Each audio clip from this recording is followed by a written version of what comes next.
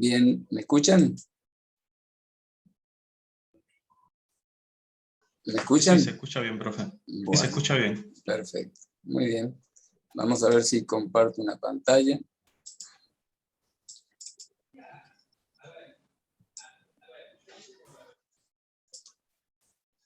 Epa, a ver, me equivoqué, perdón. Compartí una pantalla equivocada. Un segundo. Es un PowerPoint que quería compartir. Ahí está.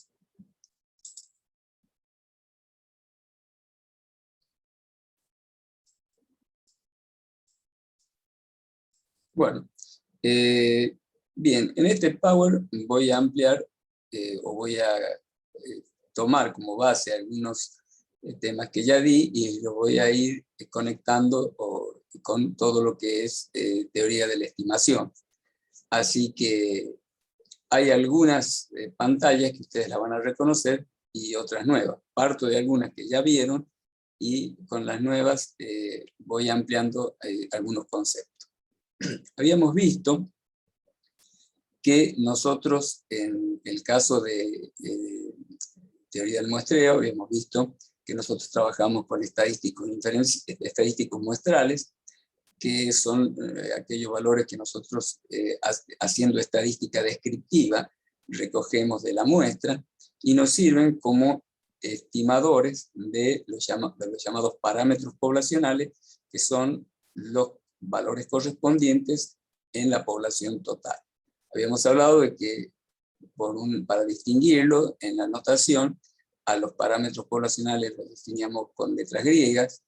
Concretamente hay dos valores muy importantes que me permiten caracterizar una distribución, que son la media aritmética, que es una medida de posición, y el desvío típico, que es una medida de dispersión. Si yo tengo una medida de posición que me indica el baricentro, digamos, de lo que es la distribución, y una media de dispersión que me dice cuán dispersa está, yo puedo ya caracterizar esa población. De allí la importancia de estos dos, digamos, de estos dos elementos, que son, como le digo, una media de posición y una media de dispersión. Bien. Bueno, habíamos al estadístico muestral, la media aritmética, la habíamos llamado X bar. ¿De acuerdo? También habíamos hablado que en el capítulo 5 se trabajaba con muchas muestras, pero solo a los fines de demostrar las fórmulas de inferencia. Pero que en la práctica yo mencionaba que trabajamos con una sola muestra. ¿Por qué podíamos llegar a lograr eso? Les había mencionado que nosotros, para conocer el error de estima, necesitamos conocer el sigma X barra, que es el desvío típico de la distribución de la media muestral. Y a este valor, el gran tema era cómo lo conocíamos si tenemos una sola muestra. A eso lo vimos en la clase pasada, y en razón de que hay una fórmula que me vincula el sigma X barra con el sigma, que era sigma X barra igual a sigma sobre raíz de n. Si nosotros conociéramos el sigma de la población, podemos obtener el sigma X barra. Por supuesto que el otro tema que se nos planteaba es que normalmente ni el sigma ni el mu son conocidos. Entonces, nosotros podíamos igual realizar un cálculo de sigma, dado que podíamos, en vez de sigma X barra, dado que en vez del sigma podíamos emplear un estimador del sigma. Y vimos que utilizábamos el desvío típico de la muestra, la varianza, mejor dicho, que surge, que es la medida de dispersión, para calcular ese estimador del sigma, y de esa manera obteníamos el sigma X barra. Hasta acá, esto está claro, estas son cosas que ya vimos. Estoy simplemente repitiendo antes de empezar en la clase esta. ¿Alguna duda sobre esto? No. Bien, bueno. Por otro lado, habíamos hablado de la tipificación de la variable. La tipificación de la variable es en razón de lo siguiente. Perdón. Disculpen, hay un problema acá. He desactivado el celular que estaba en sonido, perdón. Les decía que nosotros necesitamos conocer el área esta, ya vamos a ver que esta área nos permite calcular el error de estima, y para calcular el área debajo de una distribución normal, recurrimos a la tipificación de la variable. En los problemas que yo les pedí, algunos me dicen que nosotros, lo he visto en los trabajos, que dicen que nosotros tipificamos la variable para llegar a una variable que ya, a una variable precisamente que es la tipificada, que es el z, que ya la tenemos tabulada. En realidad eso es así, pero históricamente, antes de que existieran las computadoras, el problema se planteaba de la siguiente manera. Para calcular el área de una curva existen métodos de aproximación numérica que son bastante lentos y engorrosos de realizar. Entonces, lo que antes de la existencia de los usos de las computadoras que hoy resuelven este problema, se hizo, se tabuló una curva que corresponde a la variable tipificada, que es una curva que tiene el mu igual a 0 y el desvío típico igual a 1. Como esa es una sola curva, con métodos de aproximación numérica se la pudo tabular, y teniendo esa curva tabulada y haciendo una conversión de variables desde cualquier función normal, no importa qué sigma y qué mu tenga, nosotros podíamos realizar el cambio de variable y en la curva tipificada calcular las áreas, porque las áreas son las mismas que las que se encuentran en la, digamos, en la distribución que nosotros queremos calcular. Entonces, esa es la explicación. Lo otro que les había pedido es explicar gráficamente en qué consiste la tipificación. Desde el momento en que le restamos el x barra a x, estoy trasladando la curva al origen, es decir, la curva pasa a ser simétrica y con el mu igual a 0, es decir, queda simétrica sobre el eje y. Y al dividirla en sigma, este valor, en sigma x barra, este valor pasa a ser 1. ¿De acuerdo? Bien. Esta explicación es un poco lo que les había dicho en la clase pasada y es un aspecto que me parece importante que tengan presente para continuar con el tema. Ahora les voy a mencionar algo. Esto también lo vimos, esta pantalla. Habíamos visto que nosotros tenemos una distribución, que es nuestra población, que tiene una dispersión que es sigma, y tenemos que el parámetro poblacional, la media aritmética, es el mu, y nosotros lo estimamos al mu, y el sigma x barra, que al ser un estimador del mu, la esperanza matemática del x barra coincide con el mu, me daría una curva más o menos similar a esta que está acá. Es lo que les había explicado antes. ¿Me están escuchando bien? Sí, profe, se escucha Sí, se escucha bien. bien. Bien, bueno, ahora en esta pantalla lo van a tener un poco más claro.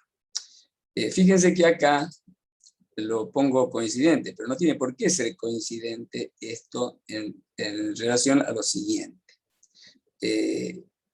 Cuando yo tomo una sola muestra, que es esa la situación que normalmente se plantea, ya habíamos mencionado que nosotros trabajamos con una sola muestra, obtengo un solo X bar, que es este que está acá, que es el X bar de la única muestra con la que trabajé, ¿de acuerdo?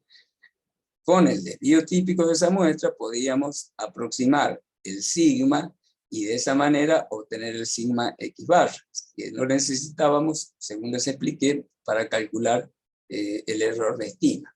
Bien, como ustedes pueden ver en este gráfico, este X barra, que es el resultado de una muestra, razonablemente, yo diría que inexorablemente, no va a coincidir con el mu. Sería algo casi le diría inusual que coincida.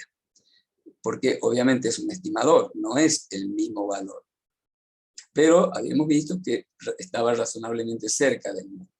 Ahora bien, ¿cómo calculo el error con el cual genero con el cual tomo este valor como estimador. Es decir, yo digo X barra es un estimador del mu, y digo dentro de qué margen de error estoy realizando esa estima.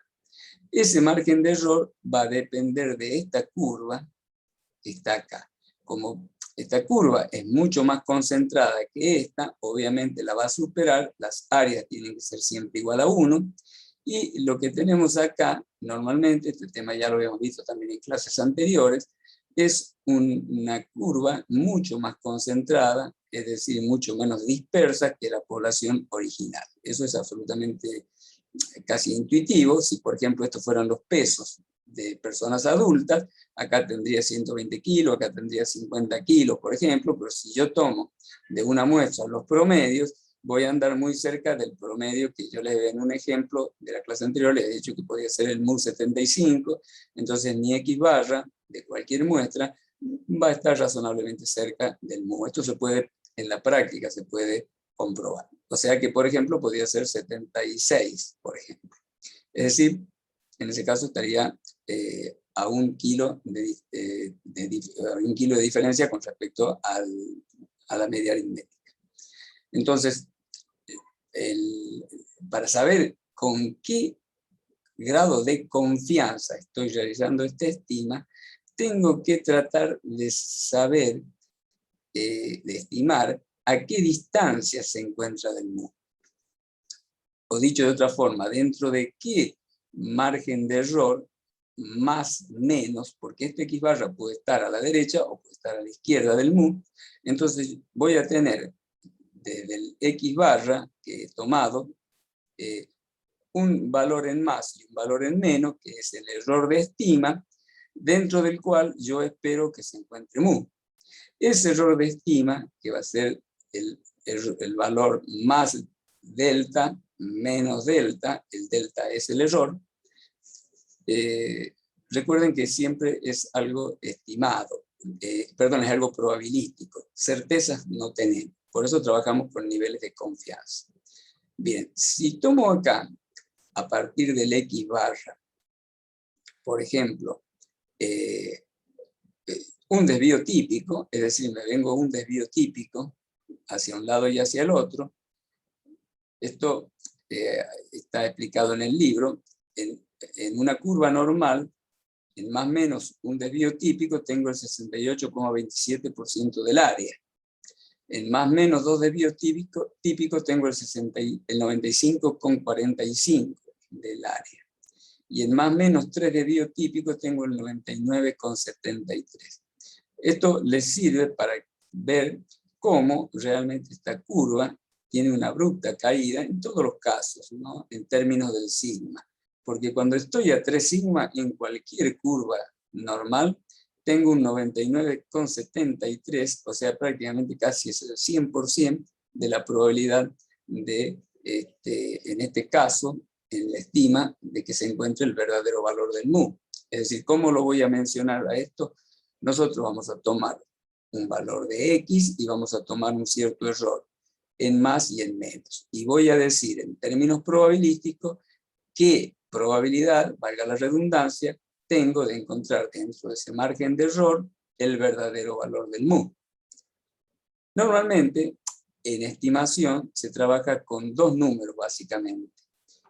Con los índices de confianza 95, en donde se considera en general una estima como significativa, y el 99%, que es un poco menos que 3 sigma, en donde se considera altamente significativo. Es decir, en la práctica, si bien estos valores, con valores enteros de mu, me dan estos porcentajes, normalmente vamos a trabajar con 95%, que obviamente tiene que estar entre 2 y 3, porque acá está el 95,45 y un poquito más. En 2,58 tengo el 95, acá disculpen, acá hay un error. El 95% se encuentra entre este valor, sigma y 2 sigma. Concretamente es 1,96. Y en tanto que el 99% se encuentra en 2,58. ¿Se entendió esto?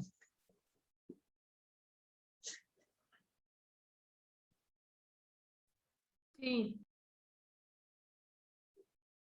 Bueno, van a tener que repasar un poco y ver los temas, pero hay un clásico, ¿no es cierto? El tema de que el 1,96 me da para lo que se llama estimas a dos colas, es decir, estoy considerando el error de un lado y del otro. En el caso de X barra estoy considerando que el verdadero valor de mu se puede encontrar en más menos, por lo tanto tengo que tomar tanto el área hacia la izquierda como el área hacia la derecha. Y tomando el área hacia la izquierda y el área hacia la derecha, con 2,58 tengo un 99% con z, 2,58. Z es el valor de la variable tipificada. Con z igual a 1,96 tengo un 95%. Bien, acá tienen la misma explicación. Este es el X barra, ¿no es cierto? Y tengo un cierto delta, es decir, un cierto, digamos, margen, ¿no es cierto?, hacia un lado y hacia el otro, que lo llamamos error. Les insisto en algo, acá tenemos el X, ¿no es cierto?, que nosotros usamos como estimador del mu, no sirve, pero el verdadero valor del mu se encontraría entre ese valor más o menos un cierto delta de X. Esto es el error. Les recuerdo que esto es en términos probabilísticos, ¿no?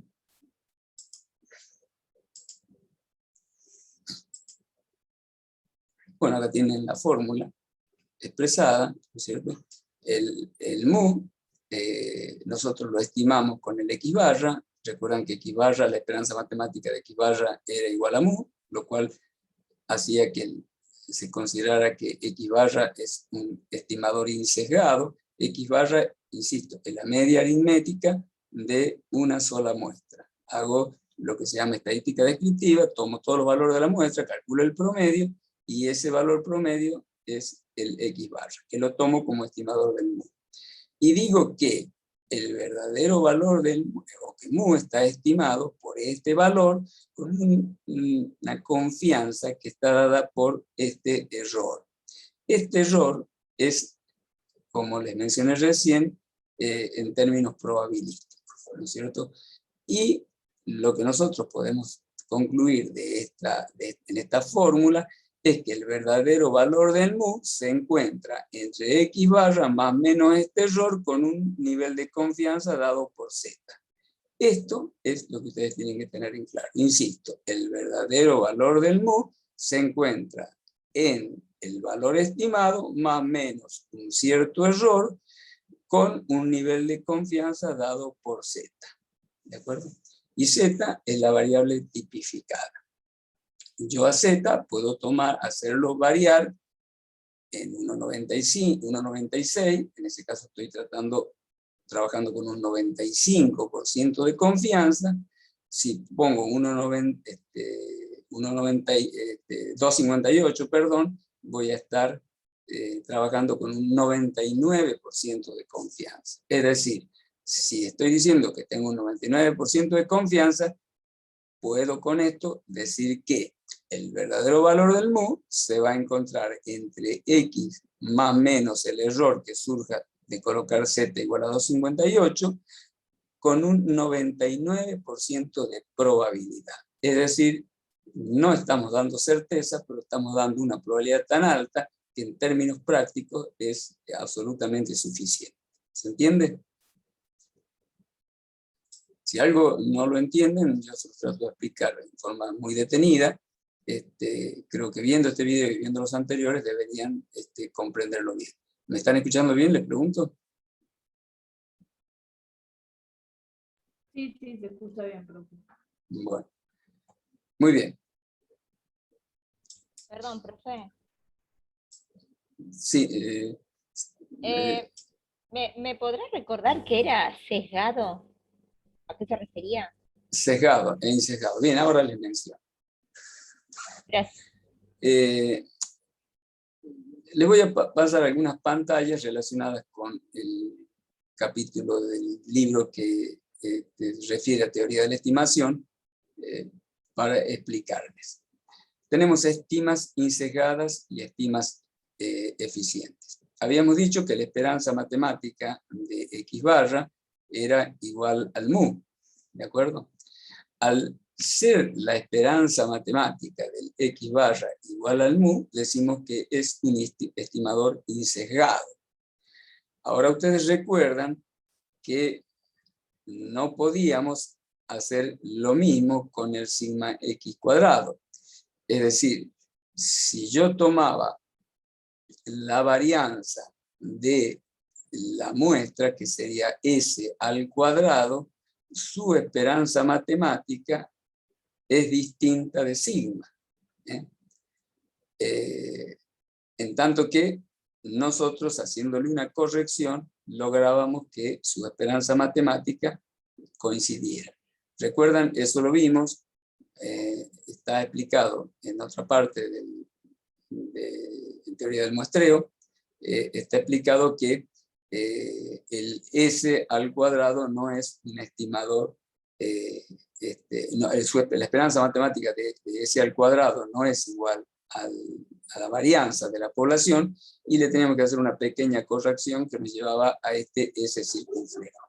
Entonces, decimos que es un estimador insesgado cuando tenemos que la esperanza matemática de ese estimador es igual al parámetro poblacional. En el caso de la media aritmética, es un estimador insesgado del mu. En el caso de la varianza, ese cuadrado no es un estimador insesgado del mu.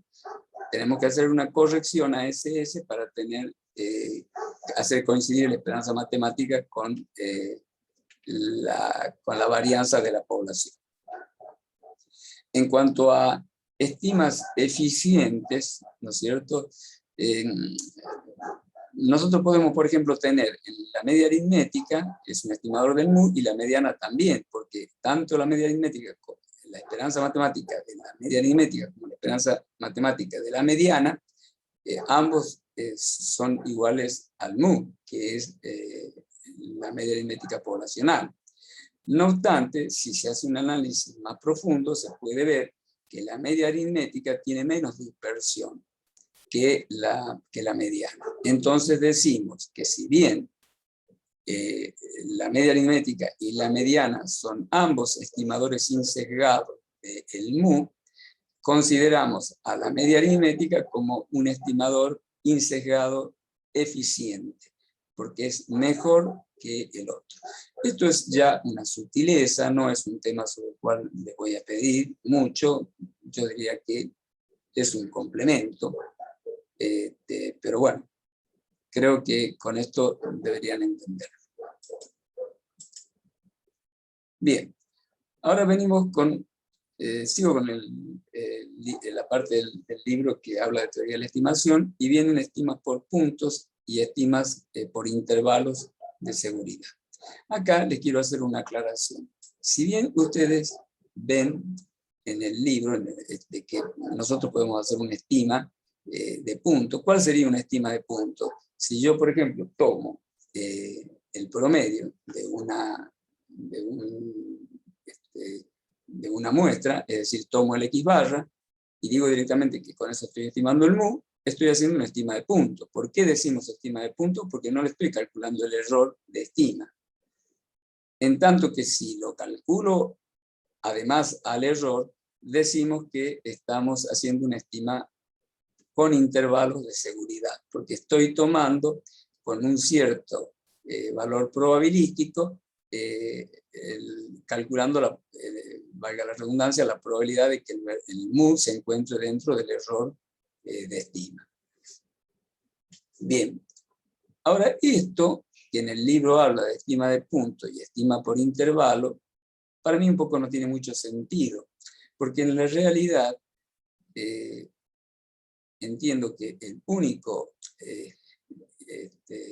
lo único que le puede dar sentido a una estima es conocer su margen de error. De allí es que normalmente a toda estima yo le debería agregar el intervalo de seguridad en el que se encuentra el verdadero valor. Por ejemplo, ustedes van a ver en los diarios que normalmente hablan de intención de votos y se hacen inferencias y se sacan estimas de intención de voto de toda la población y se lo pone directamente como un valor. En algunos casos ustedes van a ver que dice más menos y dice el error de estima. ¿Sí? En la práctica yo entiendo que es absolutamente necesario aclarar el error, a menos que uno asuma de que está implícito que es un error bajo, o que no me interesa mucho el margen de error con el que estoy haciendo el cálculo, pero, como les digo, considero que el error de estima es algo esencial, porque si no, la estima, si no tiene ese error o ese margen en el cual yo considero que se encuentra el valor que estoy estimando, considero que ese dato no es válido, tiene una utilidad muy relativa. Bien. Bueno. Bien, en el libro después entonces, dice... la seguridad, disculpe, la Adelante. seguridad nos la da el valor del error.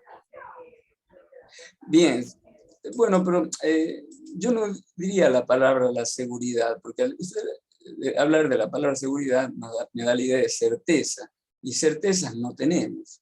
En probabilidad siempre nos manejamos en términos probabilísticos, y certezas no hay. O sea que la palabra seguridad yo no la utilizaría. Lo que le digo es el valor probabilístico con el cual yo calculo el error me está dando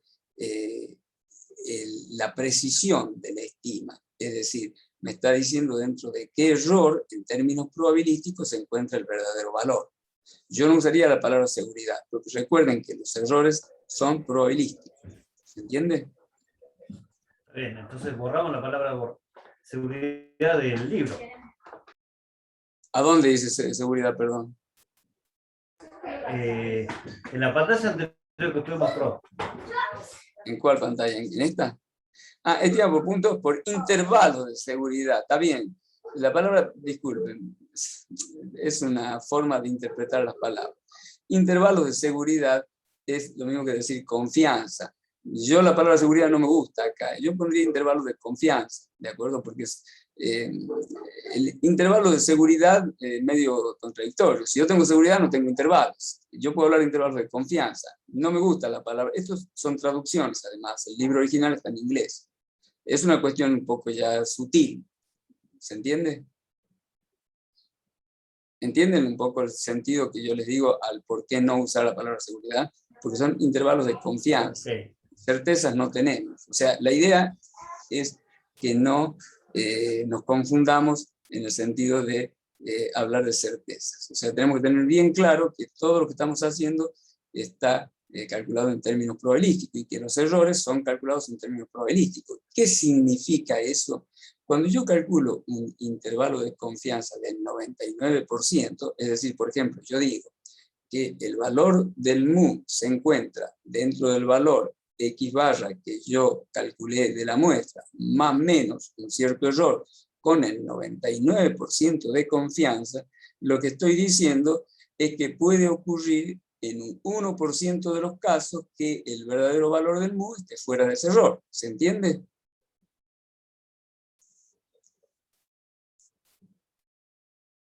¿Se entiende esto? A ver, repito la idea. Vamos acá. Bien.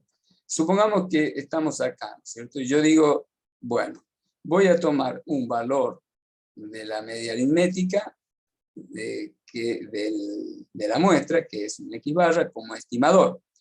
Y supongamos que tomo un Z de 2,58, que me está indicando el índice de confianza del 99%, calculo el sigma X barra, multiplico y me da el error. Con esto, para este Z de 2,58, lo que estoy diciendo es que el valor del mu se encuentra en el intervalo X barra más menos ese error, calculado con Z igual a 2,58, con un 99% de probabilidad. O sea, que hay un 1% de probabilidad que este valor de mu esté fuera de este error. ¿Se entendió?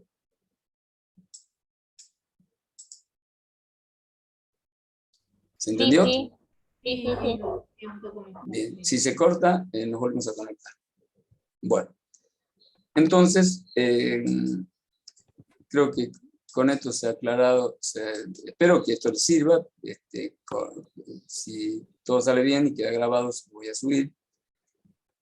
Entonces nosotros podemos decir que dentro de lo que sería la media aritmética de esa muestra, más o menos sigma, 2 sigmas, 3 sigmas, voy a tener un 68-27, 95-45, 99-73 de confianza. Es un poco lo que les mencionaba antes. Esto, les recuerdo que normalmente no se trabajan con estos valores enteros de biotípico, de sigma, sino que se trabajan con índices de confianza del 95% y el 99%, que no se corresponden con valores exactos de los de biotípico, sino con 1,96, recuerdan, con z igual a 1,96 y z igual a 2,58. Bien. Acá lo tienen. Fíjense, nivel de confianza. Esto es lo que se llaman a dos colas. ¿Por qué se llaman a dos colas? Porque estamos tomando el error hacia un lado y hacia otro, con lo cual tenemos que calcular el área de un lado de la curva, debajo debajo de la curva normal, y multiplicarla por 2, porque el verdadero valor puede estar de ambos lados. Por eso se llaman cálculo a dos colas. Hay casos, van a ver ustedes, en test de hipótesis y demás, que vamos a manejar errores de una cola. Por eso les hago esa aclaración. A dos colas se refiere hacia los dos lados, hacia donde, desde el punto de simetría, se despliega la curva normal. Bien, acá tienen algunos valores. Por ejemplo, yo les decía que en 2 desvíos típicos tengo un 95,45% del área. Y en 1,96, o sea, un poquito menos, tengo el 95%. Les mencionaba que normalmente trabajamos con índice de confianza con números redondos, solemos usar el 95. El 95, yo les mencionaba recién, se consideran en términos cualitativos una estima significativa, en tanto que el 99% que está acá, que corresponde a 2,58, la consideramos estima con alta significatividad. Es decir, normalmente en el cálculo de errores vamos a trabajar en casi todos los casos. Podemos trabajar en otros casos con otros errores, depende de si el problema lo requiere, ¿no es cierto? Pero en forma general, ustedes van a trabajar con estos dos índices, con el 95% de confianza y con el 99% de confianza, que se encuentran a 1,96, que es un poco menos que 2 sigma, y a 2,58, que está entre 2 y 3 sigma. Intervalos de confianza para las medias, en grandes muestras. Yo creo que acá sería conveniente primero ir a esta pantalla. Les había mencionado anteriormente, tenganlo presente, que a la estimación nosotros la tenemos que hacer y tener presente esta tabla. Esta tabla no está en el libro de Spiegel-Murray, está en el libro de Casmier, que si no me equivoco yo se los envié a ustedes. ¿Qué es lo que me dice esta tabla? Ya se las expliqué, pero rápidamente se las vuelvo a mencionar. Cuando hacemos una estima, o una estimación por intervalo de la media poblacional, para el caso en que la población corresponda a una distribución normal, tenemos dos casos según el tamaño de la muestra, que la muestra sea grande o que la muestra sea pequeña. El grande o pequeño se toma el 30 como un valor que más o menos divide las aguas. No lo tomen como un valor exacto, porque todo esto es en forma gradual. ¿Por qué 30 y no 31? No hay ninguna razón. Se toma 30 como un valor, ya van a ver ustedes en algunos casos, como más o menos en ese número se puede considerar que ya hay una diferencia importante como para producir una simplificación en el cálculo, cuando tenemos muestras grandes. Entonces tenemos llamadas muestras, las grandes muestras, que se consideran con n mayor o igual que 30, y las pequeñas muestras que son con n menor que 30. Y después tenemos distribución normal, perdón, a ver, voy a correr acá que me está tapando la pantalla. Esto era con distribución normal. Si es sin distribución normal, consideramos para grandes muestras con n mayor que 30 o para pequeñas. Bien. Y veíamos dos situaciones, en el caso que conozcamos sigma y en el caso que desconozcamos sigma. Recuerden que les mencioné que normalmente se desconoce sigma. Si nosotros conociéramos el sigma, directamente multiplicamos z por sigma x barra, porque el sigma x cuadrado, el sigma x, recuerdan que es igual a sigma sobre raíz de n, ¿de acuerdo? De tal manera que si nosotros conociéramos el sigma, podríamos rápidamente y fácilmente calcular el desvío típico de la distribución muestral de media, que es el sigma x bar. Eso normalmente no ocurre. O sea, normalmente nosotros estamos en este caso, en el caso que se desconoce el sigma. En el caso que se desconozca el sigma, en realidad se tiene que trabajar con la T de Student. La T de Student, para pequeñas muestras, se plantea de esta manera. Ya vamos a ver un ejemplo. En vez del z se utiliza el t, que ya lo van a ver cómo se calcula. Y se multiplica por el sx barra, que nosotros lo estimábamos, de acuerdo a lo que les mencioné, utilizando como estimador del sigma el desvío típico de la muestra. Ahora bien, si tenemos muestras pequeñas, menor que 30, sí o sí tenemos que usar el t. También deberíamos usar el t para muestras grandes, porque la distribución esta responde a una t de Student. Sin embargo, cuando la población es grande, prácticamente consideramos que ya tiene un comportamiento normal, y acá este z, ¿no es cierto?, que ya tomamos directamente el z, que es el desvío, la variable tipificada. Para poblaciones sin distribución normal, se nos plantea el siguiente problema. Es decir, ¿qué pasa si la distribución original, nosotros vimos recién un ejemplo, en donde la población tenía una distribución normal? Ahora, en la práctica puede haber casos de poblaciones que no tengan distribución normal. Esa situación, se utiliza el teorema del límite central, que dice que si nosotros en una distribución que no sea normal tomamos varias muestras y calculamos el comportamiento de el x barra, es decir, el comportamiento de la media de esas muestras, ese comportamiento de esa media de esas muestras es normal, aún no siendo normal la población original. Es decir, que para grandes muestras mayores que 30 podemos realizar esta aproximación, porque se cumple por el teorema del límite central que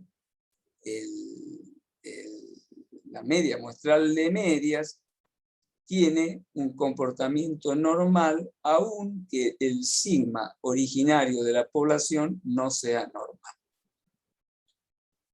Puede quizás no comprenderlo o no entenderlo, digamos, conceptualmente, puede ser un poco difícil, pero por lo menos quiero que lo interpreten en lo que les estoy diciendo. ¿De acuerdo? O sea, concretamente lo que les estoy diciendo es, ¿vieron que el ejemplo que yo he tomado recién, que les hacía ver que la población original tenía una distribución normal? Bueno, hay casos en que la población original puede no tener una distribución normal. Nosotros no vamos a trabajar en esta materia, en este segundo cuatrimestre, con esto. Simplemente esto se los menciono para que ustedes sepan a dónde estamos parados, nada más. Insisto, no vamos a trabajar con poblaciones originarias con distribuciones que no sean normales. Pero si fuera